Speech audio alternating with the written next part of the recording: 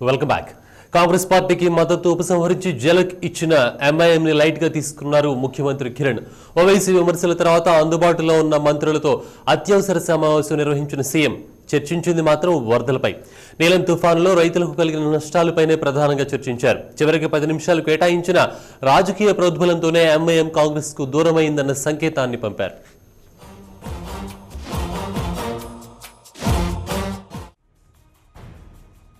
ముఖ్యమంత్రి కిరణే టార్గెట్ గా ఎంఐఎం కత్తులు దూస్తోంది.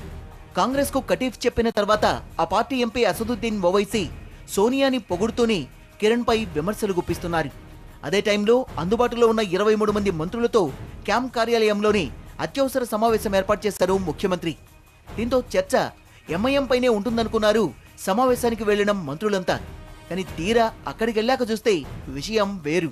కాంగ్రెస్ కు ఎంఐఎం ఝలక్కిచ్చిన విషయాన్ని లైట్ తీసుకున్నారు సీఎం. ఆదరాబాదరాగా వెళ్లిన మంత్రులతో ముఖ్యమంత్రి చర్చించిన అంశం వరదలు, పంట నష్టాలు. నీలం తుఫాన్తో నష్టపోయిన రైతుల్ని ఆదుకుంటామన్న సీఎం పంట నష్టపరిహారం పెంచుతామని హామీ ఇచ్చారు.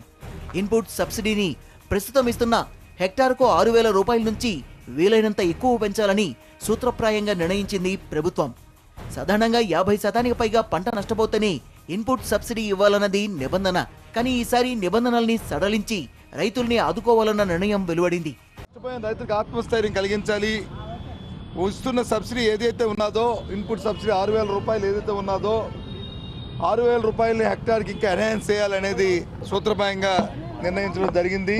ఇంకా 2-3 రోజుల్లో ఎంత నష్టం, ఎంత మోతాదుని పెంచేది, రైతుకి ఎకరానికి పంటల వారీగా అంటే వరి కానీ, పత్తి కానీ, లేదు హార్టికల్చర్ కానీ, ఇవన్నీ కూడా పంటల వారీగా ఆ నష్టాన్ని చెప్పడం అనేది జరుగుతుంది.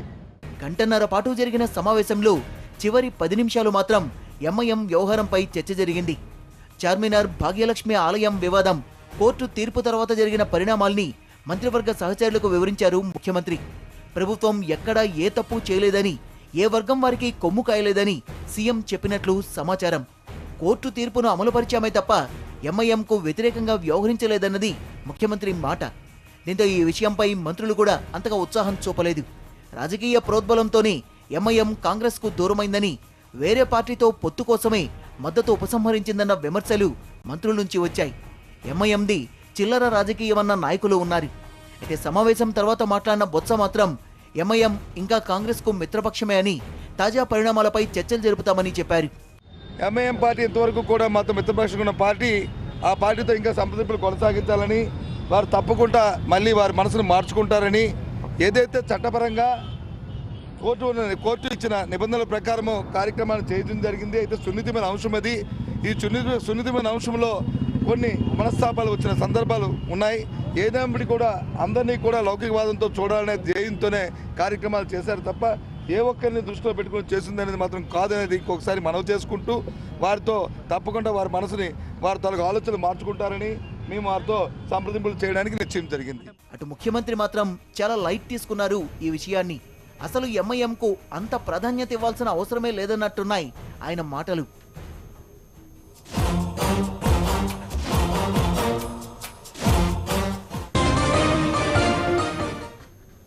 ఆలయ అలంకరణపై ముదిరిన వివాదాన్ని సీరియస్ గా తీసుకున్నారు స్వామి పరిపూర్ణానంద. దీపావళి సందర్భంగా ఆలయంలో పూజలు చేయకుండా ఆంక్షలు విధించడాన్ని తప్పుపట్టారు. భాగ్యలక్ష్మి ఆలయం వల్లే హైదరాబాద్ కు భాగ్యనగర్ అన్న పేరొచ్చిందంటూ కొత్త నిర్వచనం పలికారు. చార్మినార్ కన్నా భాగ్యలక్ష్మి ఆలయం అతి పురాతనమైందన్నారు.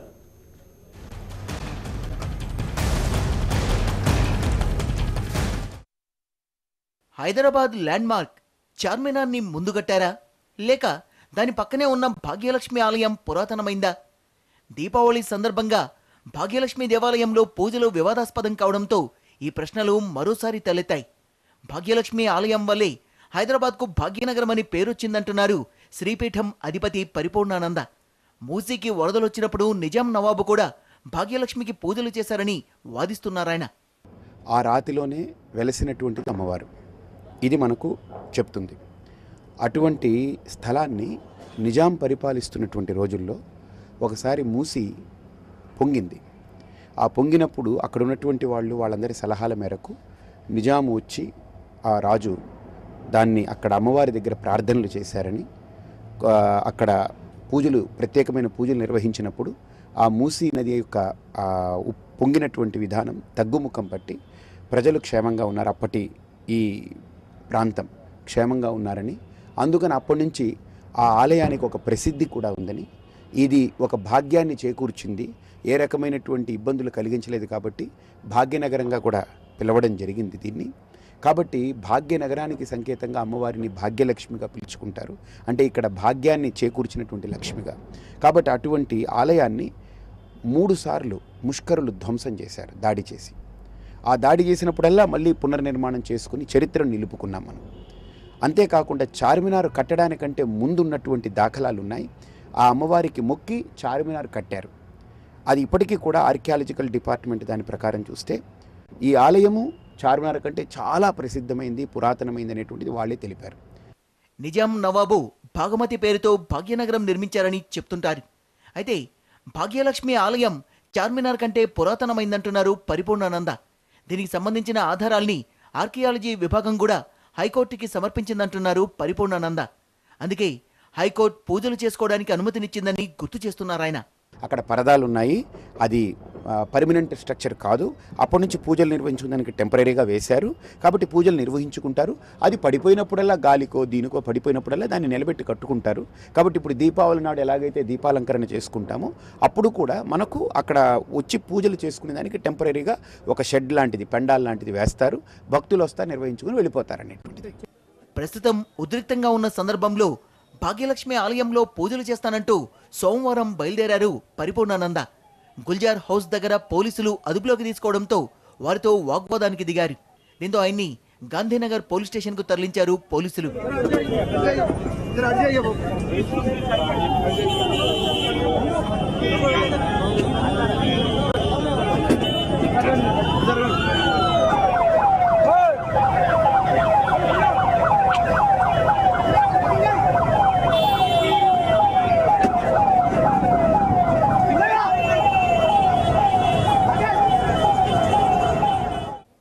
భాగ్యలక్ష్మి దర్శనం చేసుకునే వరకు కదిలేది లేదని పరిపూర్ణానంద భీష్మించు కూర్చున్నారు. దీంతో పోలీసులే స్వయంగా ఆయన్ని ఆలయానికి తీసుకువెళ్లారు.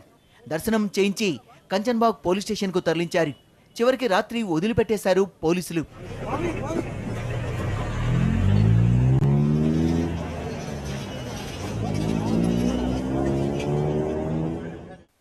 దీపావళి పండుగకు భాగ్యలక్ష్మికి పూజలు చేయడం సంప్రదాయం. అన్ని దేవాలయాల్లో లాగే చార్మినార్ పక్కనున్న భాగ్యలక్ష్మి ఆలయంలోనూ పూజలకు ప్రయత్నించింది ఆలయ కమిటీ. అయితే చార్మినార్ పక్కనే ఆలయం కోసం శాశ్వత నిర్మాణాలు చేపడుతున్నారని ఎంఐఎం ఆరోపించింది. వాటిని అడ్డుకోవడానికి ఆ పార్టీ ఎమ్మెల్యేలు బయలుదేరడంతో పోలీసులు వారిని అరెస్ట్ చేశారు. మరోవైపు అక్కడ పూజలు జరిపి తీరుతామని బయలుదేరిన బీజేపీ నాయకుల్ని కూడా అరెస్ట్ చేశారు. ఈ వివాదాల నేపథ్యంలో 4 రోజులుగా పాతబస్తీలో భారీ బందోబస్తును ఏర్పాటు చేశారు పోలీసులు.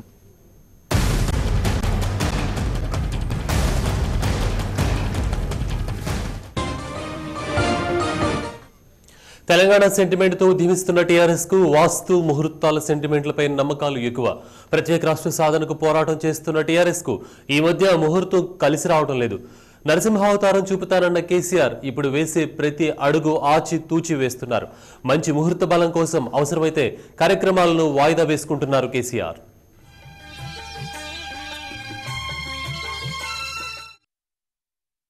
తెలంగాణ రాష్ట్ర సమితి అధినేత చంద్రశేఖరరావుకు మొదటి నుంచి భక్తితో పాటు నమ్మకాలు ఎక్కువే. ప్రత్యేక రాష్ట్ర సాధనకు కలిసి వస్తుందని గతంలో చండీ యాగాలు చేసిన కేసీఆర్ ఇప్పుడు వేసే ప్రతి అడుగును చాలా జాగ్రత్తగా వేస్తున్నారు. రాష్ట్ర సాధనలో ఇప్పుడు చాలా కీలక తరుణమని భావిస్తున్న కేసీఆర్ తాను చేపట్టే ప్రతి కార్యక్రమాన్ని ముహూర్త బలం, శుభశకునాలతో ముడిపెట్టి మరీ చూస్తున్నారు. తనకు తన పార్టీకి కలిసొచ్చే రోజు కాకపోయినా, అత్యుచ్చే ప్రాంతం కాకపోయినా దాన్ని వెంటనే మార్చేస్తున్నారు.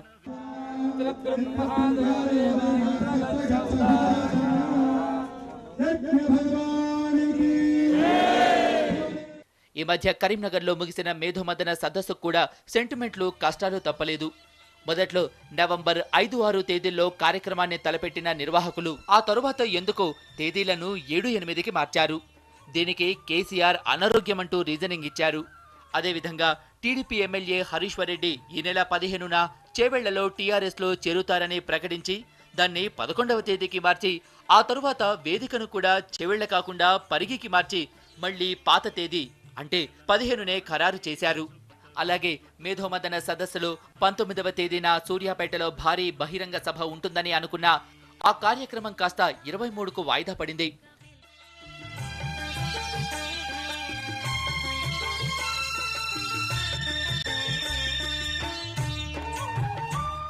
ముహూర్త బలం శుభశకునాలే కాకుండా కేసీఆర్ కు అమావాస్య, మంగళవారం, శనివారం సెంటిమెంట్లు కూడా ఎక్కువే. జేఏసీ చైర్మన్ కోదండరాంతో చర్చలుంటాయని కరీంనగర్లో ప్రకటించినప్పటికీ అమావాస్య, మంగళవారం నమ్మకాలతో ఇంకా సమావేశ తేదీలు ఖరారు కాలేదు.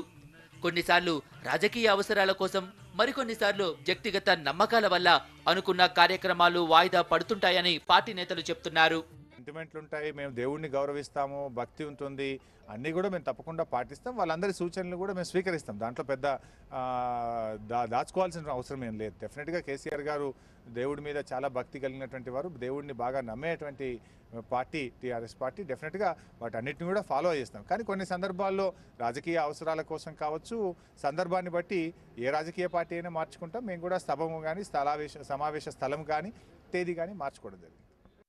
సెంటిమెంట్లు, భక్తి విశ్వాసాలతో పాటు కేసీఆర్ కు వాస్తుపై కూడా నమ్మకం ఉంది. పార్టీ ఆవిర్భావం కరీంనగర్లో అట్టహాసంగా నిర్వహించిన కేసీఆర్ అదే సెంటిమెంటుతో తిరిగి అక్కడే మేధోమదనం నిర్వహించారు. అనుకున్న తరహాలో కార్యక్రమాలు సాగకపోవడంతో కేసీఆర్ తెలంగాణ భవన్లో వాస్తు దోషాల నివారణకు మంత్రతంత్ర పూజలు కూడా జరిపారు. శాంతి కోసం యాగాలు, హోమాలు చేసిన కేసీఆర్ ఈ మధ్య పార్టీ కార్యాలయ ప్రవేశ ద్వారాలను, పిల్లర్ల సంఖ్యను కూడా వాస్తు ప్రకారం మార్చి తన సెంటిమెంట్ నెగ్గించుకున్నారు.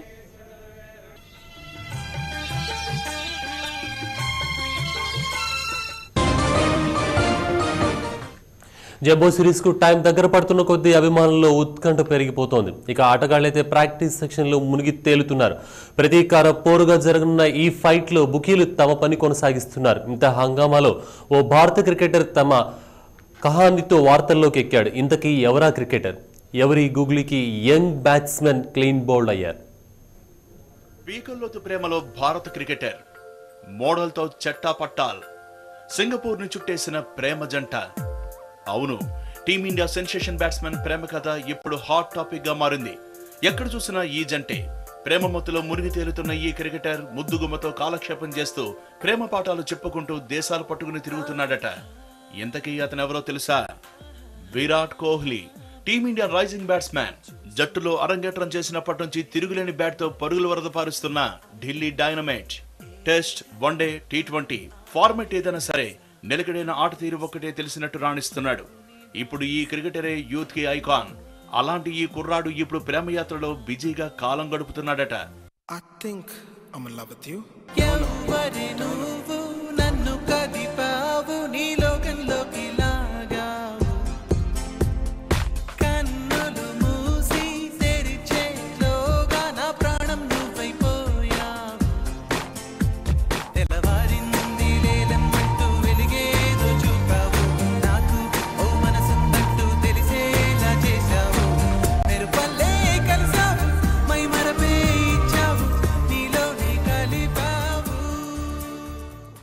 ఇదంతా బ్రెజిల్కు చెందిన మోడల్ ఇజాబెల్లా అనే అమ్మడి కోసం విరాట్ పడుతున్న తపన. ఈ ఏడాది జూన్లో మొదలైన వీరి పరిచయం ప్రేమగా మారిందని ముంబైకి చెందిన మిర్రర్ అనే పత్రిక కథనాన్ని ప్రచురించింది. ముంబైలో మకాం ఉంటున్న కోహ్లీపై ఉన్న ప్రేమతో ఇజాబెల్లా ఢిల్లీకి తరచుగా రావడంతో ఈ వ్యవహారం కాస్త బయటపడింది.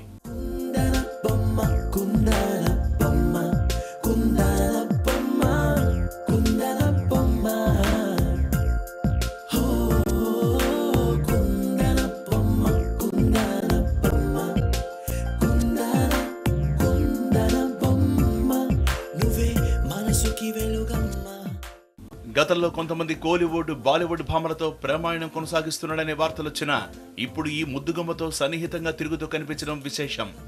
Bujjigadu fame సంజనతో Kohli love story కొనసాగించాడనే వార్తలొచ్చాయి. ఈ బ్రెజిల్ మోడల్తో సింగపూర్ షాపింగ్ చేసిన కోహ్లీ ఆమెతో చాలా సరదాగా గడిపాడట. ఓ యాడ్ కోసం అక్కడికి వెళ్లిన వీరిద్దరూ చాలా కాలంగా పరిచయం ఉన్నట్లు కనిపించి అందరినీ ఆశ్చర్యానికి గురి చేశాడట. అంతేకాదండి, ఇజాబెల్లా భారత్ ఆడే మ్యాచ్లు చూడడమే కాదు, వాటిపై ట్విట్టర్లో తన అభిప్రాయాన్ని అందరితో పంచుకుంటుంది. స్నేహితులు అడిగితే ఇదంతా కోహ్లీ మహిమనని చెబుతోందట. మొత్తానికి టీమిండియాలో మోస్ట్ ఎలిజిబుల్ బ్యాచులర్ గా ఉన్న కోహ్లీ మరో ప్రేమ కథతో తెరపైకొచ్చాడు. వీటిపై ఇంకా కోహ్లీ స్పందించుకున్నా ఈ వార్తల్లో నిజముందని ఇజాబెల్లా స్నేహితురాలు చెప్పడం విశేషం.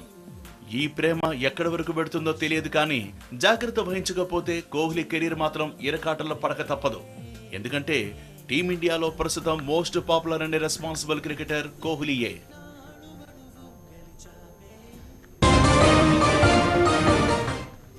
ఇవి ఈ బులెటిన్ విశేషాలు. చూస్తూనే ఉండండి టీవీ1.